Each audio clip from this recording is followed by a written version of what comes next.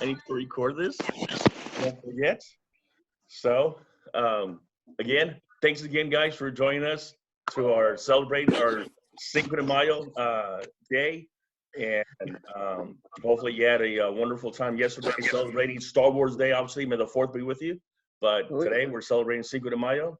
And just a little side note, Cinco de Mayo is not Mexico's Independence Day, okay? That's totally different. Okay, that's actually September 16th. So just a little side note there. Most people kind of confuse both days, and they think that Mexico's Independence Day. That's totally wrong. Okay, we're just celebrating Cinco de Mayo. And so without further ado, thank you again to Mrs. Kellen, Mrs. Spinhoff, and then Mrs. Terrence for joining us, and also to the Terrence boys, Jake and Drew, for joining us from their grandma's house, and all you guys that are in my classroom for joining us as well. People are actually coming in, so this is great. Okay, and then we'll get started. So I'm going to share my screen with you right now. There you go.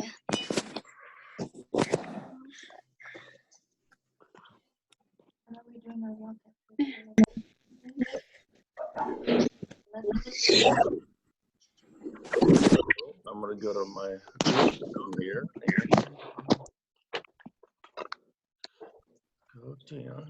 So I just want to go over the recipe that I have for you, okay? And this is nothing fancy. It's not a family secret or anything, okay? So normally I would use 2 medium-sized tomatoes. You could use Romas. I got all the ingredients from Sprouts. I'll use a quarter. If you take an onion and then cut it in fourths, again, here we're using fractions. You'll wind up with four pieces of an onion. You use one for every batch that you make, and then cilantro, garlic salt as well, lemon juice, jalapeno. You can put the whole thing if you want it really spicy. 2/3 if you want it medium, or just 1/3 if you want it mild. Okay. One thing that I do like adding to it is a mango to my salsa, and it makes it just taste even better. You could add avocados, but that's optional. You don't have to put it in if you don't want to. Okay. So when it comes to the enchilada, obviously salsa goes great with tortilla chips. But then the directions is basically you just combine all the ingredients to whatever consistency you want. You could want it chunky if you like it, with a whole bunch of large pieces of all the ingredients, or a little more fine. Okay. So this is the recipe that I follow, and then that's what you have on my Google Classroom. But here's a 3-minute video on the history of salsa. Hi, I'm Dr. Ted Rogers. This is History by the Plate.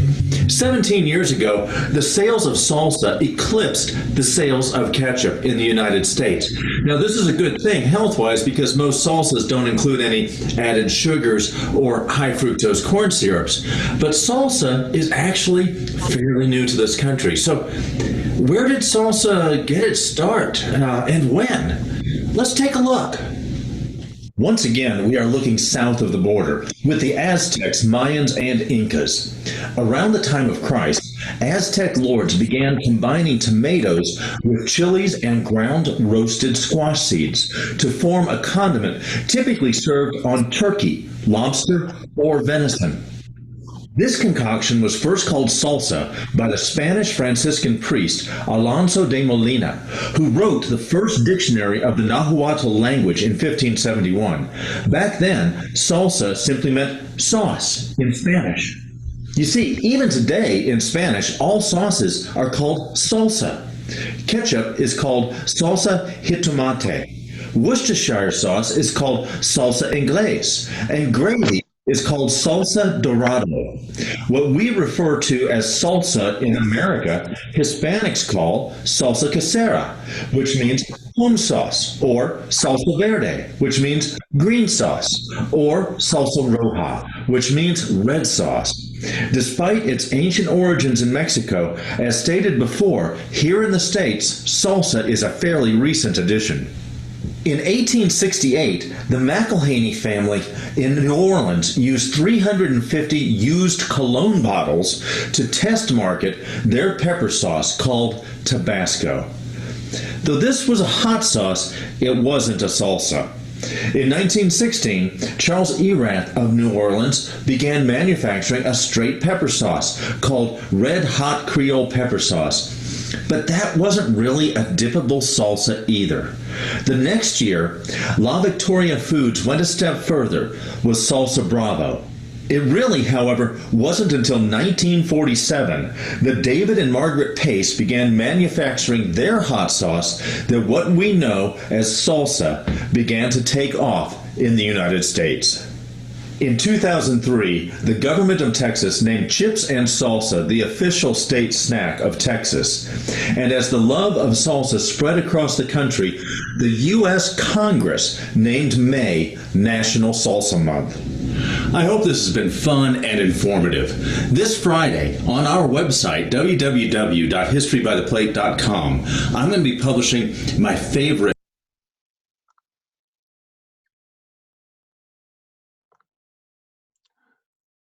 Let me unmute you all. So, as you can see, salsa goes way, way, way back, okay?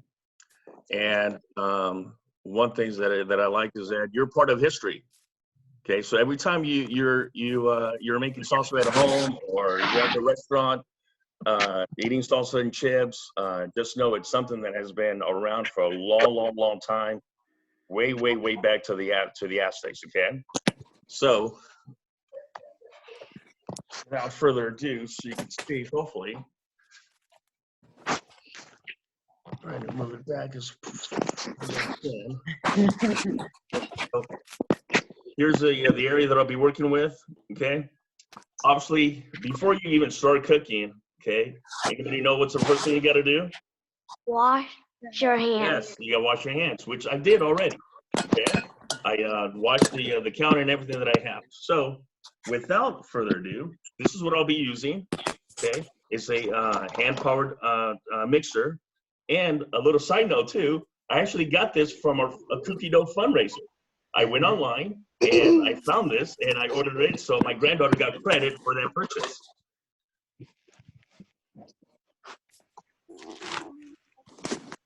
And kind of cool, because people are actually joining us right now, so this is awesome. Okay? So,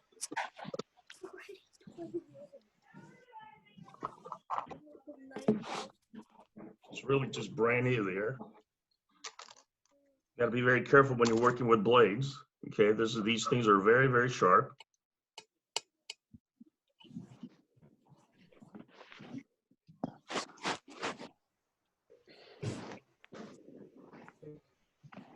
Okay. There we go. So stick that in there. I always like to start with the cilantro that I have. Okay.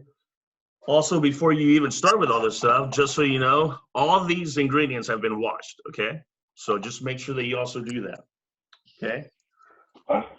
Here's a quarter of an onion. Again, that's 1/4, since we're doing fractions as well, okay? This is, cooking is definitely a good way to work on your math skills, okay? And a tasty way to work on your math skills as well, all right? So that, I'm going to take the Roma, the tomatoes that I got today, just one whole tomato. Put that in there. I'm going to be able to make 4 batches out of all this. And take a garlic, looks like this, just 1 clove. I'm shaking a little bit because I am a little nervous, but it's all good. I'm going to take 1/4 of a jalapeno, okay? So it's all green like this, as you can see, okay? Take the seeds out because the hotness or the spiciness of a jalapeno comes from the actual seeds, okay? Not the green that you see right here. And I have a little squeezer for my lemon. Put some of that in there.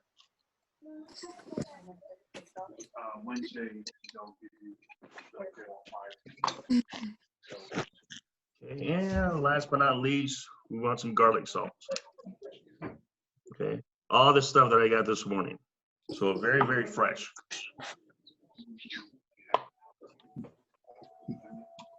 So you take all that. Give me a second.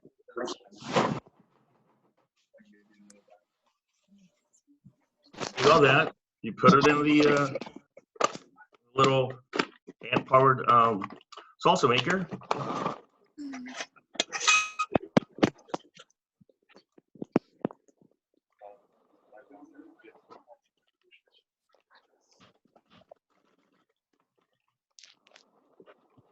Wow, there you go. Survey says, there you go.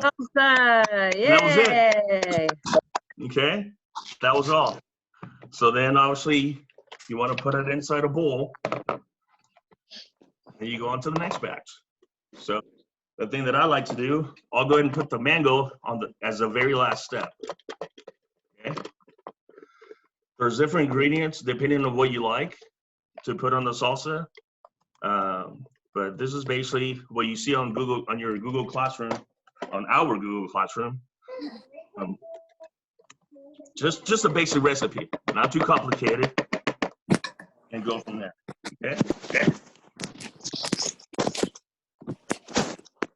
Any questions so far? Yes, I have a question, Mr. Partida. Yes. So you're the pro salsa maker. Do you have a preferred type of tortilla chip? Do you have a favorite brand? No, not really. Just something that won't break. I found a couple tortilla chips that are at a store that goes well with it. It's really just your preference. So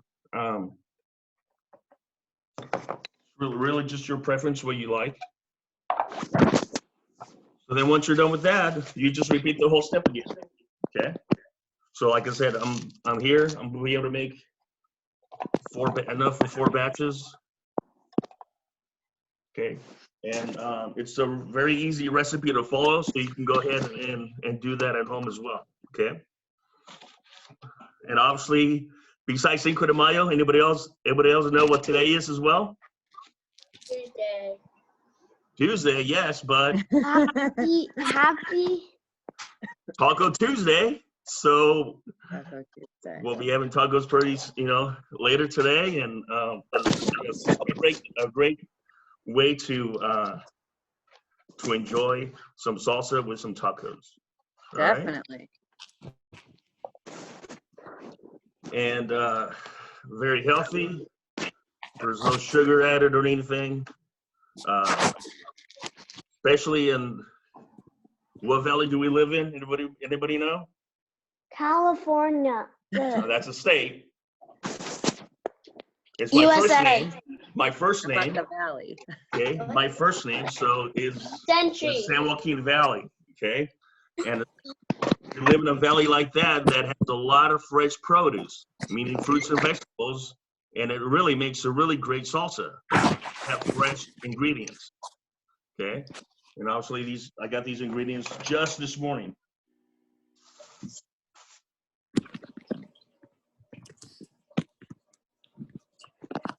You can use different types of tomatoes, depending on what's available at the time.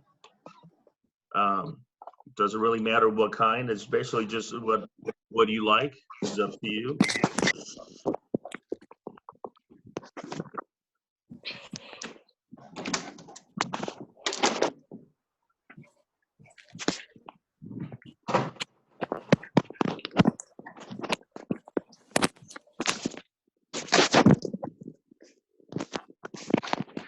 Like I said, you repeat the process.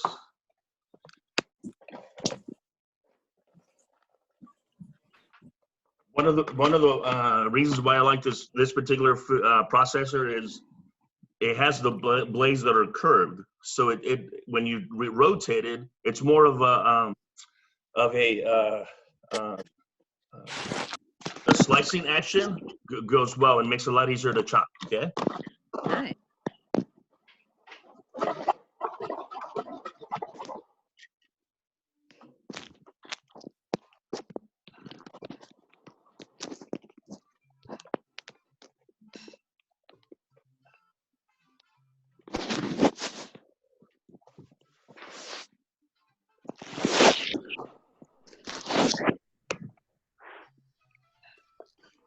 Has anybody made salsa at home? Do you guys like a lot of cilantro? Not enough? Not like it at all? Who makes it? Anybody? Anderson? Braden?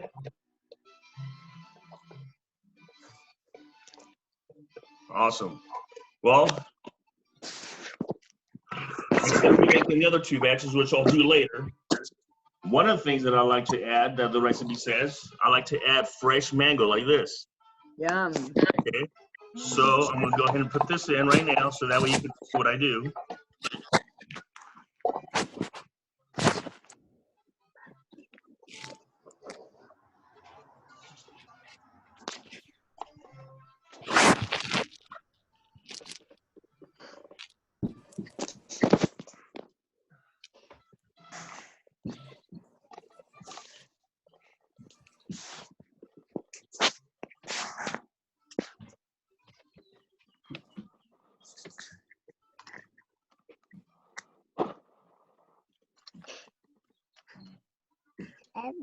No.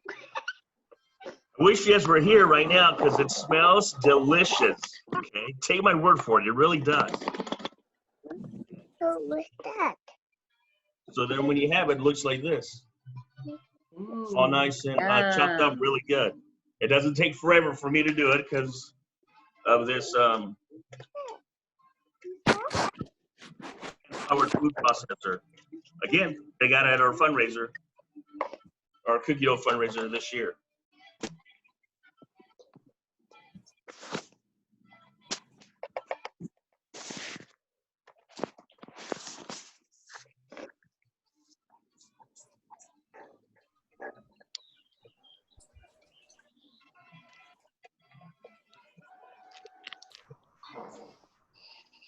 And Mrs. Terrence, or Mrs. Spenhoff, you're still here. Cool. If you guys are here at school, I did buy chips, by the way, so you're more welcome to come on over when I'm done and try some. That sounds I great. came prepared. Thank you. And I'll tell you what, Ah. kids, you know, Mr. Partita's in room 12 and I'm in room 10. I can already smell the delicious fragrance of salsa from my classroom. So I think I won't be able to help myself. I'll have to go over and sample that salsa. Thank you, Mr. So when Partita. you're all done, it looks something like this, okay? Yum. Yeah. I'm still gonna add 2 more batches, 2 more full of these of salsa, and I'm gonna add it to that, okay? So again, it's something that it's,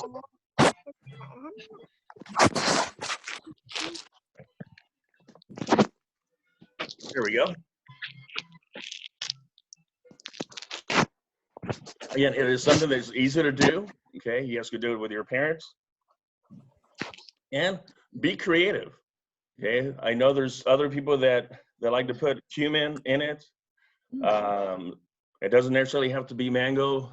I've seen people have a watermelon salsa, okay? Some like it spicy, some like it mild, some like it, medium. It all depends on what your taste buds, okay? Every single one of us has different taste buds, okay? And it's just a great way to bless others with your talent. And thanks to my mom for teaching me how to cook, and because I love to do this, and I get to bless people today. So awesome. You want to go ahead and stop?